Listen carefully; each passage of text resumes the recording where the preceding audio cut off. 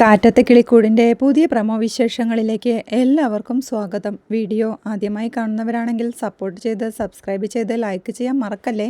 അങ്ങനെ കല്യാണ തലേന്ന് സുനന്ദ വീട് വിട്ടിറങ്ങി വന്ന് സുഭാഷേട്ടനില്ലാതെ ജീവിക്കാൻ കഴിയില്ലെന്നതൊരു തീരുമാനമെടുക്കുമ്പോഴേക്കും എല്ലാവരും ചേർന്ന് സുഭാഷിൻ്റെയും സുനന്ദയുടെയും കല്യാണം നടത്താനായി തീരുമാനിക്കുക. വീട്ടിലെ പൂജ ഫോട്ടോയുടെ മുന്നിൽ വെച്ച് സുഭാഷ് അവളുടെ കഴുത്തിൽ താലി ചാർത്താൻ ഒരുങ്ങുമ്പോഴേക്കും സുനന്ദയുടെ അമ്മയും അച്ഛനും അങ്ങോട്ടെത്തി ബഹളം വെക്കുന്നുണ്ട്. അവർ സുഭാഷിനെ മാറ്റി നിർത്തി ഈ കല്യാണം നടന്നാലുണ്ടാവുന്ന പ്രത്യാഘാതങ്ങളെല്ലാം ഓർമ്മിപ്പിച്ച് കാല് പിടിച്ച് കരയുകയാ. സുഭാഷ് വീണ്ടും സുനന്ദയെ താലി ചാർത്താനായി ഒരുങ്ങുന്നുണ്ടെങ്കിലും അവന്റെ മനസ്സിലേക്ക് അമ്മായിയുടെ സങ്കടം നിറഞ്ഞ വാക്കുകളാണ് ഓടിയെത്തുന്നത്. അത് കേൾക്കവനും താലി കെട്ടാൻ ഒരുങ്ങിയ തന്റെ കൈകൾ പിൻവലിച്ചത് കണ്ട് അച്ഛനും സഹോദരങ്ങളുമെല്ലാം അവന് താലി കെട്ടാനായി നിർബന്ധിക്കുന്നുണ്ടെങ്കിലും അവൻ സുനന്ദയോടായി പറയുന്നുണ്ട്, നിന്റെ അച്ഛനും അമ്മയും ആലോചിച്ചുറപ്പിച്ച കല്യാണം മുടങ്ങിയാൽ അതിൽ മൂലമുണ്ടാവുന്ന അപമാനം അവർക്ക് താങ്ങാനാവുമോ? അങ്ങനെ അവരെ അപമാനപ്പെടുത്തിയിട്ട് നമുക്ക് ഈ കല്യാണം വേണോ?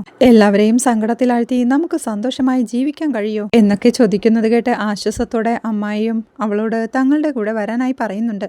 അച്ഛൻ നിന്റെ നല്ലതിനു വേണ്ടിയേ എന്തും ചെയ്യാറുള്ളൂ, ഞങ്ങളുടെ കൂടെ വായെന്ന് അവളുടെ അച്ഛനും നിർബന്ധിക്കുന്നുണ്ട്. സുഭാഷ് സുനന്ദയോടായി, നമ്മുടെ അച്ഛനും അമ്മയും നമുക്ക് വേണ്ടി ചെയ്യുന്ന കാര്യങ്ങൾ ചില നേരത്ത് നമുക്ക് പിടിക്കാറില്ല, പക്ഷേ അത് നമ്മുടെ നല്ലതിനു വേണ്ടിയായിരിക്കും. പെറ്റ് വയറിനെ വിശ്വസിക്കുന്നു, അവരുടെ കൂടെ ചെല്ലുന്ന ഹൃദയം മുറിയുന്ന വേദനയോടെ സുഭാഷ് പറഞ്ഞു നിർത്തുമ്പോഴേക്കും അവരുടെ അച്ഛനും ദേഷ്യത്തോടെ ഈ ജന്മത്തിൽ അവന് കല്യാണം നടക്കില്ലെന്ന് പറഞ്ഞ് അവിടെ നിന്ന് ഇറങ്ങി പോകുന്നുണ്ട്. ഈ കല്യാണം നടന്ന് നിന്റെ അമ്മയ്ക്കും അച്ഛനും എന്തെങ്കിലും സംഭവിച്ചാൽ നമുക്ക് സന്തോഷമായി ജീവിക്കാൻ കഴിയൂ എന്ന് സുഭാഷ് വീണ്ടും സുനന്ദയോടായി ചോദിക്കുമ്പോൾ അതിന് കഴിയില്ലെന്നും അവരില്ലാതെ നമുക്ക് എങ്ങനെ സന്തോഷമായി ജീവിക്കാൻ കഴിയുക എന്നും സുനന്ദയും. അപ്പോൾ ഞാൻ പറഞ്ഞത് സുനന്ദയ്ക്ക് മനസ്സിലായി എന്ന് വിചാരിക്കുന്നു. ഈ ജന്മത്തിൽ നമ്മുടെ കല്യാണം ഇനി നടക്കില്ല, നീ അവരുടെ കൂടെ പോയെന്ന് സുഭാഷ് പറയുമ്പോൾ ഹൃദയം തകർന്ന വേദനയോടെ തനിക്ക് പോവാൻ കഴിയില്ലെന്ന് സുനന്ദയും. അത് കേൾക്കെ സുഭാഷും ഈ കല്യാണം ഇങ്ങനെ നടക്കേണ്ടെന്ന് പറഞ്ഞ് കയ്യിലുണ്ടായിരുന്ന ആ താലിച്ചരട് ഫോട്ടോയ്ക്ക് താഴെ വെച്ചുകൊണ്ട് അവളോട് പോവാനായി പറഞ്ഞ് മാറി നിൽക്കുമ്പോഴേക്കും അവളുടെ അമ്മയും അവളുടെ അടുത്തേക്ക് വന്ന് അവൻ പറഞ്ഞത് കേട്ടില്ലേ എന്ന് പറഞ്ഞ് അവളെ പിടിച്ചു വലിച്ചുകൊണ്ട് പോകുമ്പോഴേക്കും അവളുടെ അച്ഛനും സുഭാഷിന് നേരെ നന്ദിയോടെ കൈകൂപ്പിക്കൊണ്ട് അവരുടെ കൂടെ ആ വീട്ടിൽ നിന്ന് ഇറങ്ങുന്നുണ്ട്. അവർ പോയി കഴിയുമ്പോഴേക്കും സുധീഷും ഹരീഷുമെല്ലാം സുഭാഷിനെ കുറ്റപ്പെടുത്തുന്നുണ്ടെങ്കിലും നിധി അവരോടെല്ലാം മിണ്ടാതിരിക്കാനായി പറയുമ്പോഴേക്കും മറുപടിയൊന്നും പറയാതെ സുഭാഷും ഉമ്മറത്തേക്ക് ചെന്ന് മനസ്സ് തകർന്ന വേദനയോടെ സുനന്ദ പോകുന്നതും നോക്കി നിൽക്കെ സുനന്ദയും സങ്കടത്തോടെ അവനെ തിരിഞ്ഞു നോക്കിക്കൊണ്ട് നടപ്പാ. അവൾ പോയി കഴിയുമ്പോഴേക്കും വീണ്ടും അകത്തേക്ക് കയറി വരുന്ന സുഭാഷിനെ സുധീഷ് ചോദ്യം ചെയ്യുന്നുണ്ട്. അവളുടെ അമ്മയും അച്ഛനും റൂമിൽ കൊണ്ടുപോയി കല്യാണം മുടങ്ങിയാൽ അവർക്കുണ്ടാവുന്ന അപമാനത്തെക്കുറിച്ച് പറഞ്ഞതുകൊണ്ടാണോ ഈ കല്യാണം വേണ്ടെന്ന് വെച്ചത്? നമ്മളെ സ്വന്തക്കാരായി കാണാത്ത അവർക്ക് വേണ്ടി സുഭാഷേട്ടൻ എന്തിനിത് ചെയ്തു എന്നൊക്കെ സുധീഷ് ചോദിക്കുമ്പോഴേക്കും നികേഷും ഹരീഷുമെല്ലാം അവനെ കുറ്റപ്പെടുത്തുന്നുണ്ടെങ്കിലും സുഭാഷ് മറുപടിയൊന്നും പറയാതെ സങ്കടം നിറഞ്ഞൊരു ചിരിയോടെ അകത്തേക്ക് കയറി പോകുന്നുണ്ട്. വീട്ടിലെത്തിയ സുനന്ദയെ അവളുടെ അമ്മ വഴക്കു പറയുന്നുണ്ടെങ്കിലും താൻ ഉറപ്പിച്ച കല്യാണം നടക്കാൻ സഹകരിക്കണമെന്ന് പറഞ്ഞ് അവളുടെ അച്ഛനും അവളുടെ കാലിൽ വീഴുന്നുണ്ട്. അച്ഛനെ കാലു പിടിപ്പിച്ചതിൽ അവളെ വഴക്കു പറഞ്ഞ് തങ്ങളെ ഇനി കഷ്ടപ്പെടുത്തരുതെന്നും അവളുടെ ജീവിതം ഇനി ഇതാണെന്നും ഓർമ്മിപ്പിച്ച് അവരാ റൂമിൽ നിന്ന് ഇറങ്ങി പോകുന്നുണ്ട്. ആകെ തകർന്ന സുനന്ദയും കഴിഞ്ഞ കാര്യങ്ങളെല്ലാം ഓർത്തെടുത്ത് ടെൻഷനോടെ കരഞ്ഞുകൊണ്ടിരിക്കുക. രാവിലെ ആവുമ്പോൾ സുനന്ദയുടെ വീട്ടിൽ നിന്ന് വലിയ ശബ്ദത്തിൽ പാട്ടൊക്കെ വെച്ചിരിക്കുക. അത് കേട്ടുകൊണ്ട് പുറത്തുനിന്ന് സൈക്കിളിൽ വരുന്ന അവരുടെ അച്ഛനും പാട്ടിന്റെ ശബ്ദം കുറയ്ക്കുന്ന വഴക്കു പറഞ്ഞ് വീടിനകത്തേക്ക് കയറുമ്പോൾ എല്ലാവരും അവിടെ ഹാളിൽ ടെൻഷനോടെ ഇരിക്കുക. അവരുടെ വീട്ടിലെ ആഘോഷങ്ങളെല്ലാം കണ്ട് സഹിക്കാൻ വയ്യാതെ കല്യാണപ്പെണ്ണ് തലേന്ന് രാത്രി ഒളിച്ചോടി വന്നത് അവിടെ പോയി പറയട്ടെ എന്ന് ഭാസ്കരൻ ചോദിക്കുന്നുണ്ടെങ്കിലും സുഭാഷ് അച്ഛനെ വഴക്കു പറയുകയാ. ഇനിയും സമയം വൈകിട്ടില്ലെന്നും സുഭാഷ് സമ്മതിക്കുകയാണെങ്കിൽ സുനന്ദയുമായുള്ള കല്യാണം നടത്താമെന്നും അനിയന്മാർ പറയുന്നുണ്ടെങ്കിലും അത് നടക്കില്ലെന്ന് താൻ നേരത്തെ പറഞ്ഞതല്ലേ എന്നും അവളുടെ വിവാഹം നല്ല രീതിയിൽ നടന്ന് അവൾ സന്തോഷമായിരിക്കട്ടെ എന്ന് സുഭാഷ് വഴക്കു പറയുന്നുണ്ട് അവരെ. സുധീഷ് വീണ്ടും അവനെ പറഞ്ഞു മനസ്സിലാക്കാൻ ശ്രമിക്കുന്നുണ്ടെങ്കിലും അവനോട് മിണ്ടാതിരിക്കാനായി പറയുന്നുണ്ട് സുഭാഷ്. മുന്നിൽ കിട്ടിയ ജീവിതം തട്ടി നശിപ്പിച്ച സുഭാഷേട്ടൻ ഇതിന് വളരെയധികം ദുഃഖിക്കേണ്ടി വരുമെന്ന് ഹരീഷും അവനെ കുറ്റപ്പെടുത്തുകയാ. സുഭാഷും ഈ കല്യാണം നടന്നാലുണ്ടാവുന്ന പ്രത്യാഘാതങ്ങളെക്കുറിച്ച് അവരെ ഓർമ്മിപ്പിച്ച് അവരെ വഴക്കു പറഞ്ഞ് നിധിയോട് യാത്ര പറഞ്ഞ് ജോലിക്കിറങ്ങുന്നുണ്ട്. പോകുന്ന വഴിയിൽ സുനന്ദയുടെ വീടിന് മുന്നിൽ വെച്ച കല്യാണത്തിന്റെ ഫ്ലക്സ് കണ്ട് അവൻ സങ്കടത്തോടെ നോക്കി നിൽക്കുമ്പോൾ അവളുടെ അച്ഛൻ അവിടെ അതിഥികളെ സ്വീകരിക്കുന്ന തിരക്കിലാ. സുഭാഷിനെ കാണെ ഒരു നിമിഷം അദ്ദേഹത്തിന് പരിഭ്രമമാവുന്നുണ്ടെങ്കിലും സുഭാഷ് വഴിമാറി പോകുമ്പോഴേക്കും അദ്ദേഹത്തിനും ആശ്വാസമാവുന്നുണ്ട്. പണി സൈറ്റിലെത്തിയിട്ടും സുഭാഷ് ആകെ വല്ലാത്തൊരവസ്ഥയിലായിരുന്നു. അവിടെ അശ്രദ്ധയോടെ ഓരോ പണികൾ ചെയ്ത സുഭാഷ് തൻ്റെ ബംഗാളിയായ സഹായിയോട് ടൈമെല്ലാം ചോദിച്ച് സുനന്ദയുടെ കല്യാണം ഇപ്പോൾ കഴിഞ്ഞിട്ടുണ്ടാവുമെന്നൊക്കെ സങ്കടത്തോടെ പറയുന്നുണ്ട്. സുഭാഷ് പറഞ്ഞതനുസരിച്ച് കൂടെയുള്ളൊരു ജോലിക്കാരൻ ചായ കൊണ്ടു കൊടുക്കുന്നുണ്ടെങ്കിലും സുഭാഷ് ആ ചായയും വെച്ച് ടെൻഷനോടെ ഓരോന്ന് ആലോചിച്ചിരിപ്പാ. അത് കണ്ടുകൊണ്ടുവരുന്ന അവന്റെ സഹായിയും അവൻ ചായ കുടിച്ചില്ലെന്ന് ഓർമ്മിപ്പിക്കുമ്പോൾ ഇപ്പോൾ കല്യാണമെല്ലാം കഴിഞ്ഞ് എല്ലാവരും ചേർന്ന് ഫോട്ടോ എടുക്കുന്ന തിരക്കിലാവുമല്ലേ, കല്യാണ സദ്യയും വിളമ്പി തുടങ്ങിയിട്ടുണ്ടാവുമല്ലേ എന്നൊക്കെ സങ്കടത്തോടെ ചോദിക്കുന്ന കേട്ട് ഇവിടെ ഇരുന്ന് ടെൻഷൻ ആവാതെ കല്യാണത്തിന് പോയിക്കൂടായിരുന്നു എന്ന് അയാളും ചോദിക്കുന്നുണ്ട്. രണ്ട് വീട്ടുകാരും തമ്മിൽ പ്രശ്നമൊന്നും ഉണ്ടായിരുന്നില്ലെങ്കിൽ അവർ തങ്ങളെ കല്യാണത്തിന് വിളിക്കുമായിരുന്നെന്നും ഞങ്ങൾക്കും കല്യാണത്തിന് പോകാമായിരുന്നെന്നും അവർക്ക് നമ്മളെ കാണുന്നത് തന്നെ ഇഷ്ടമല്ലെന്നും പിന്നെങ്ങനെ കല്യാണത്തിന് പോകുമെന്നും കല്യാണം വിളിച്ചില്ലെങ്കിലും സുനന്ദ നന്നായിരിക്കട്ടെ എന്നും പറഞ്ഞ് സുഭാഷും ഓരോന്നാലോചിച്ച് അവിടെ ടെൻഷനോടെ ഇരിപ്പാ. അപ്പോഴാണ് സുഭാഷിന്റെ പണി സൈറ്റിലേക്ക് ഹരീഷ് എത്തുന്നത്. പുറത്ത് പണി ചെയ്തുകൊണ്ടിരിക്കുന്ന സുഭാഷിന്റെ ബംഗാളി പണിക്കാരനോട് സുഭാഷ് ഏട്ടൻ ഓക്കെ ആണോ എന്ന് ഹരീഷ് ചോദിക്കുമ്പോൾ സുഭാഷ് ഏട്ടൻ ഓക്കെ അല്ലെന്നും പണിയെടുക്കാനുള്ള ഒരു മാനസികാവസ്ഥയിലല്ലെന്നും മനസ്സിൽ മുഴുവൻ ആ കല്യാണമാണെന്നും കല്യാണത്തെക്കുറിച്ച് ഇടയ്ക്കിടെ ഓരോ കാര്യങ്ങളും ചോദിച്ചുകൊണ്ടിരിക്കുകയാണെന്നും സുഭാഷേട്ടന് ഇപ്പോൾ പണിയെടുക്കാൻ കഴിയില്ലെന്നും അയാൾ പറയുമ്പോൾ താനൊന്ന് സുഭാഷേട്ടനെ കാണട്ടെ എന്ന് പറഞ്ഞ് ഹരീഷും സുഭാഷിന്റെ അടുത്തേക്ക് ചെല്ലുന്നുണ്ട്. ഹരീഷ് അവനരികിലെത്തുമ്പോൾ അവൻ പരിസരബോധമില്ലാതെ ടെൻഷനോടെ ആലോചിച്ചിരിപ്പാ. ഹരീഷ് സുഭാഷേട്ടനെ തൊട്ട് വിളിക്കുമ്പോഴേക്കും എന്താ ഇവിടെ എന്ന് അമ്പരപ്പടെ സുഭാഷൻ ചോദിക്കുന്നുണ്ട്. താൻ ഈ പരിസരത്ത് ഒരു ഡെലിവറിക്കായി വന്നതാണെന്നും അപ്പോൾ സുഭാഷേട്ടനെ കണ്ടിട്ട് പോവാമെന്ന് വിചാരിച്ച് കയറിയതാണെന്നും ഹരീഷ് പറയുമ്പോൾ സുഭാഷ് അവന്റെ ശ്രദ്ധ മാറ്റാനായി വീടിനെ കുറിച്ചും പണിയുടെ കാര്യങ്ങളുമെല്ലാം പറഞ്ഞുകൊണ്ടിരിക്കുക. സങ്കടത്തോടെ സുഭാഷേട്ടൻ നോർമലാണോ എന്ന് ഹരീഷ് ചോദിക്കുമ്പോൾ തന്നെ കാണുന്നില്ലേ, താൻ ഓക്കെ ആണെന്ന് തന്റെ വിഷമം മറിച്ചുകൊണ്ട് സുഭാഷും. അപ്പോഴേക്കും സുഭാഷേട്ടാന്ന് വിളിച്ച് നികേഷും അങ്ങോട്ടെത്തുന്നുണ്ട്. അവനെ കാണേ അമ്പരപ്പോടെ എല്ലാവരും എന്താ ഇങ്ങോട്ട് വന്നിരിക്കുന്നത്, നിങ്ങൾക്കൊന്നും വേറെ പണിയില്ലെന്ന് സുഭാഷ് ചോദിക്കുമ്പോൾ സുഭാഷേട്ടൻ ഓക്കെ ആണോ അല്ലേന്നറിയാതെ മനസ്സിനാകെ ഒരു വിങ്ങല്, അതാ ഇങ്ങോട്ട് വന്നതെന്ന് നികേഷും. അത് കേട്ടോണ്ട് വരുന്ന അവന്റെ ബംഗാളി സഹായിയും സുഭാഷേട്ടൻ ഓക്കെ അല്ലെന്ന് പറയുമ്പോഴേക്കും പണിയെടുക്കാൻ പറഞ്ഞ് സുഭാഷ് അവനെ വഴക്കു പറഞ്ഞ് അവിടുന്ന് ഓടിക്കുന്നുണ്ട്. തന്റെ മുന്നിൽ ടെൻഷനോടെ ഇരിക്കുന്ന ഹരീഷിനോടും നികേഷിനോടുമായി താൻ ഓക്കെ ആണെന്ന് സുഭാഷ് പറഞ്ഞു വരുത്താൻ ശ്രമിക്കുന്നുണ്ടെങ്കിലും പിന്നീട് എന്തിനാ ഇടയ്ക്കിടെ കല്യാണത്തിന്റെ കാര്യങ്ങളെല്ലാം അയാളോട് ചോദിച്ചെന്ന് ഹരീഷും ചോദിക്കുന്നുണ്ട്. അത് നമ്മുടെ ബന്ധുക്കളുടെ കല്യാണമല്ലേ, അപ്പോൾ പിന്നെ കല്യാണം നടന്നു കഴിഞ്ഞോ, ഫോട്ടോ എടുക്കാൻ തുടങ്ങിയോ, സദ്യ വിളമ്പും തുടങ്ങിയോ എന്നൊക്കെ നമ്മൾ പറയാറില്ലേ, അതുപോലെ അങ്ങ് പറഞ്ഞതാന്ന് സുഭാഷും. വിഷമം മറയ്ക്കാൻ ശ്രമിക്കുന്ന സുഭാഷിനെ നോക്കിക്കൊണ്ട് സങ്കടത്തോടെ ഹരീഷും നികേഷും ഇരിക്കുന്ന കണ്ട് നിങ്ങൾ പേടിക്കാനൊന്നുമില്ലെന്നും താൻ ഓക്കെയാണെന്നും നിങ്ങൾ പണിക്ക് പോവാൻ നോക്കെന്നും സുഭാഷ് പറയുമ്പോൾ തനിക്കൊരു പ്രശ്നമില്ലെന്നും താൻ ഇവിടെ തന്നെ കൂടെ നിൽക്കാമെന്നും നികേഷും പറയുന്നുണ്ട്. സുഭാഷും അതൊന്നും വകവെച്ചു കൊടുക്കാതെ തന്റെ വിഷമം അവരറിയാതിരിക്കാൻ ശ്രമിച്ച് അവരെ രണ്ടുപേരെയും നിർബന്ധിച്ച് അവിടെ നിന്ന് പറഞ്ഞയക്കുന്നുണ്ട്. അവർ പോകുമ്പോഴേക്കും സുഭാഷ് വീണ്ടും സങ്കടത്തോടെ സുനന്ദയുമൊത്തുള്ള പഴയ നിമിഷങ്ങളെല്ലാം ഓർത്തെടുക്കുക.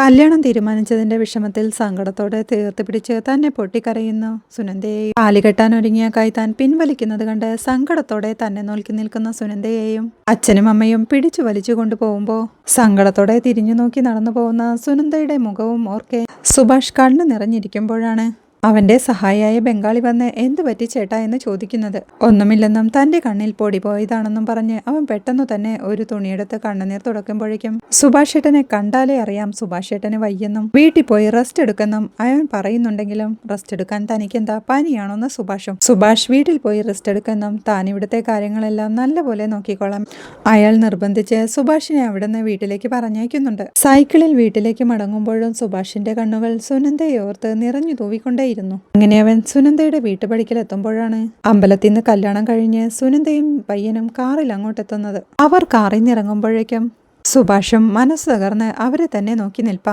ഫോട്ടോഗ്രാഫർ അപ്പോഴേക്കും അവരുടെ ഫോട്ടോ എടുക്കാൻ തുടങ്ങിയിരുന്നു. ആകെ തകർന്ന മനസ്സോടെ നിൽക്കുന്ന സുനന്ദയോട് ചിരിക്കാനൊക്കെ ഫോട്ടോഗ്രാഫർ പറയുന്നുണ്ട്. സുനന്ദയുടെ തോളിൽ കൈവച്ച് നിൽക്കാൻ പയ്യനോടായി ഫോട്ടോഗ്രാഫർ പറയുമ്പോഴേക്കും അയാൾ കൈവയ്ക്കുന്നത് കണ്ട് സുഭാഷിന്റെ ഹൃദയവും പിടയുന്നുണ്ട്. ഫോട്ടോഗ്രാഫറുടെ നിർദ്ദേശപ്രകാരം പയ്യൻ തന്റെ മുടിയൊന്ന് റെഡിയാക്കാൻ തുടങ്ങുമ്പോഴാണ് സൈഡിലേക്ക് തിരിഞ്ഞു നോക്കിയ സുനന്ദ തന്നെ നോക്കി നിൽക്കുന്ന സുഭാഷിനെ കാണുന്നത്. സങ്കടത്തോടെ തന്നെ നോക്കി പുഞ്ചിരിക്കുന്ന സുഭാഷേട്ടനെ കാണേ സുനന്ദയ്ക്കും സഹിക്കാനാവുമായിരുന്നില്ല. അപ്പോഴേക്കും ഫോട്ടോഗ്രാഫർ വീണ്ടും അവരോട് ഫോട്ടോയ്ക്ക് പോസ്റ്റ് ചെയ്യാനായി പറയുന്നുണ്ട്. അയാൾ പറഞ്ഞത് പ്രകാരം പയ്യൻ സുനന്ദയെ ചേർത്ത് പിടിച്ച് ഫോട്ടോയ്ക്ക് പോസ്റ്റ് ചെയ്യുമ്പോഴേക്കും സുഭാഷിനെ മനഃപൂർവ്വം വേദനിപ്പിക്കാനായി സുനന്ദയും സന്തോഷത്തോടെ പുഞ്ചിരിച്ച് ഫോട്ടോയ്ക്ക് പോസ്റ്റ് ചെയ്യുന്നുണ്ട്. പിന്നീട് വീട്ടിലേക്ക് കയറി പോകുന്ന സുനന്ദയെ സുഭാഷ് ഒരു പുഞ്ചിരിയോടെ യാത്രയാക്കുന്നുണ്ട്. തിരികെ സുഭാഷ് വീട്ടിലെത്തുമ്പോൾ അവിടെ നിധി മാത്രമേ ഉണ്ടായിരുന്നുള്ളൂ. അവൻ നിർവികാരനായി ഹാളിലേക്ക് കയറി എല്ലാം തകർന്ന അവസ്ഥയിൽ ആ ചെയറിലേക്ക് ഇരിക്കുമ്പോഴേക്കും അത് കാണുന്ന നിധിക്കും ആകെ സങ്കടമാവുന്നുണ്ട്.